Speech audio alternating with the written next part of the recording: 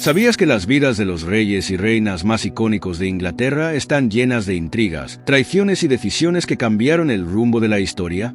Hoy te contaré la historia completa de dos de las dinastías más fascinantes, los Tudor y los Estuardo. Desde el ascenso improbable de Enrique VII hasta las guerras civiles que sacudieron el reino bajo los Estuardo. La historia de los Tudor comienza con un hombre llamado Enrique Tudor, un galés que no parecía destinado a reinar.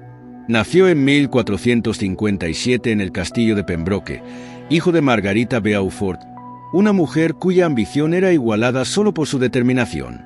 Margarita era descendiente de la casa Lancaster, aunque su linaje real era algo cuestionable, ya que venía de una rama ilegítima legitimada por el rey Enrique IV.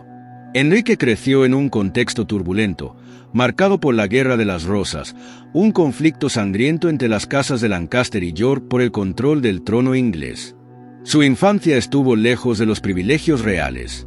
Su padre, Edmundo Tudor, murió antes de que él naciera, y Enrique pasó gran parte de su vida como exiliado en Francia bajo la protección de su tío Jasper Tudor.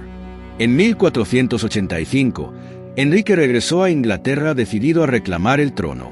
Con un ejército pequeño pero bien organizado, enfrentó al rey Ricardo III en la batalla de Bosworth. Este enfrentamiento sería decisivo. Ricardo III, conocido por su astucia y crueldad, murió en el campo de batalla, convirtiéndose en el último rey inglés en caer en combate. Tras su victoria, Enrique fue coronado como Enrique VII y se casó con Isabel de York, hija de Eduardo IV, uniendo las casas de Lancaster y York.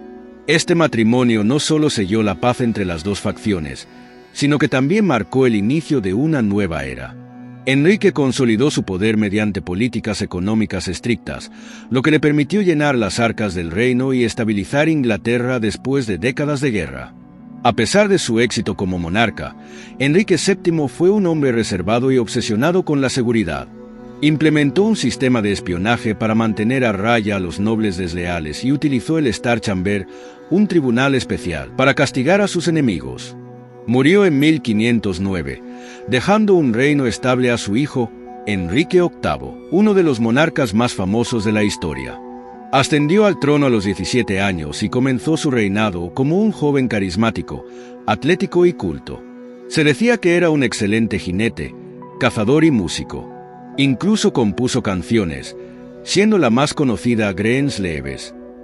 Sin embargo, la obsesión de Enrique por asegurar un heredero varón y su deseo de controlar todos los aspectos de su reino lo llevaron a tomar decisiones que transformarían a Inglaterra para siempre. Catalina, hija de los reyes católicos de España, fue la primera esposa de Enrique. Su matrimonio, inicialmente feliz, se deterioró cuando Catalina no pudo darle un hijo varón. Aunque tuvieron una hija, María, Enrique comenzó a obsesionarse con la idea de anular el matrimonio, lo que llevó al rompimiento con la Iglesia Católica. En 1533, Enrique se divorció de Catalina y se casó con Ana Bolena, un acto que desencadenó la Reforma inglesa. Ana Bolena es una de las figuras más fascinantes de la historia Tudor. Fue la madre de Isabel I y la mujer que convenció a Enrique de separarse de la Iglesia. Sin embargo, su matrimonio con Enrique fue tumultuoso. Ana tampoco pudo darle un hijo varón, y en 1536 fue acusada de adulterio, incesto y traición. Fue ejecutada en la Torre de Londres, marcando un capítulo oscuro en la vida de Enrique. Juana fue la tercera esposa de Enrique y la única que le dio un hijo varón, Eduardo VI. Lamentablemente, Juana murió poco después del parto en 1537. Enrique la consideraba su verdadera esposa y fue enterrado junto a ella en la capilla de San Jorge en el castillo de Windsor. El cuarto matrimonio de Enrique fue más una alianza política que una unión por amor. Ana de Cleves, una princesa alemana, llegó a Inglaterra tras ser descrita como una belleza. Sin embargo, Enrique la encontró poco atractiva y anuló el matrimonio en cuestión de meses. Ana vivió cómodamente el resto de su vida como la hermana del rey. Catalina Howard, una joven prima de Ana Bolena, fue la quinta esposa de Enrique. Aunque era joven y vivaz, fue acusada de adulterio y ejecutada en 1542, convirtiéndose en la segunda esposa del rey en perder la cabeza. La última esposa de Enrique fue Catalina Parr, una mujer inteligente y devota que ayudó a reconciliar al rey con sus hijas, María e Isabel. Catalina sobrevivió a Enrique y se casó nuevamente tras su muerte en 1547. Durante su reinado, Enrique VIII tomó decisiones que cambiaron el curso de la historia inglesa. En 1534, se proclamó jefe supremo de la Iglesia de Inglaterra, rompiendo con el Papa y estableciendo el anglicanismo. Este movimiento no solo le permitió anular su matrimonio con Catalina de Aragón, sino que también consolidó su poder como monarca absoluto. Tras la muerte de Enrique VIII en 1547, su único hijo varón, Eduardo VI, ascendió al trono. Eduardo tenía solo 9 años cuando fue coronado, convirtiéndose en el tercer monarca de la dinastía Tudor. A causa de su juventud, el gobierno estuvo controlado por un consejo de regencia encabezado inicialmente por su tío, Edward Seymour, el duque de Somerset, y más tarde por John Dudley, el duque de Northumberland.